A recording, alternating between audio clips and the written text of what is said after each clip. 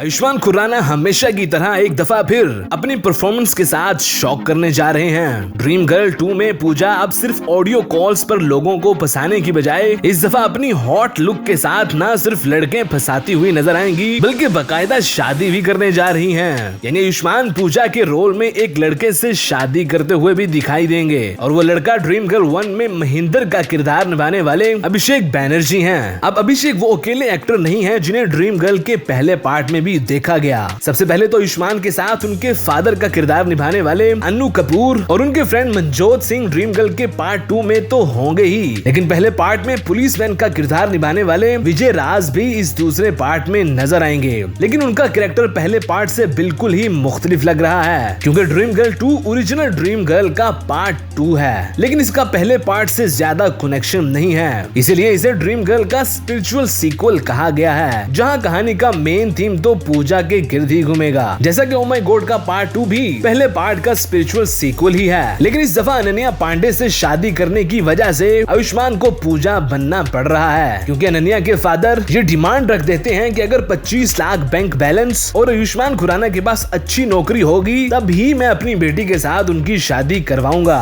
जबकि पहले पार्ट में आयुष्मान खुराना के पास कोई जॉब नहीं होती, इसीलिए एक ऐसे कॉल सेंटर को ज्वाइन करना पड़ता है जहाँ पूजा बनकर लोगों से पैसे लिए जाएं। इसके अलावा अन्नू कपूर जो आयुष्मान के फादर का रोल प्ले कर रहे हैं, उनके लोन लेने का मसला दोनों पार्ट्स में ही नजर आ रहा है। अब एक चीज जो हमें ड्रीम गर्ल 2 के ट्रेलर में नजर नहीं आई वो फिल्म का लेसन और प्रोग्रेसिव अप्रोच है। यानी जैसे करण जौहर की रिसेंटली रिलीज होने वाली फिल्म रॉकी और रानी के ट्रेलर में सिर्फ एक रोमांटिक कॉमेडी फिल्म की ही समझ आई, लेकिन जैसे ही फिल्म रिलीज हुई तो असल कंटेंट नजर आया जहाँ फेमिनिस्ट अप्रोच लेकर जिन जिन प्रॉब्लम्स को फीमेल्स फेस करती हैं उन्हें दिखाया गया, और वो भी बहुत ही खूबसूरत सोल्यूशंस के साथ। जहाँ कभी मर्दों को खाना बनाते और डांस करते हुए दिखाया गया तो कभी फीमेल्स को करियर बनाते हुए। इसी तरह ड्रीम गर्ल 2 में भी काफी ऐसी चीजें देखने को मिलेंगी। जैसा कि ड्रीम गर्ल के पहले पार्ट में आयुष्मान कभी अपने फादर को ये कहते हुए दिखाई दे रहे हैं कि सब मजहब एक ही हैं, सिर्फ ये सोचकर शादी करने से इनकार ना करें कि लड़की मुसलमान है और आप हिंदू।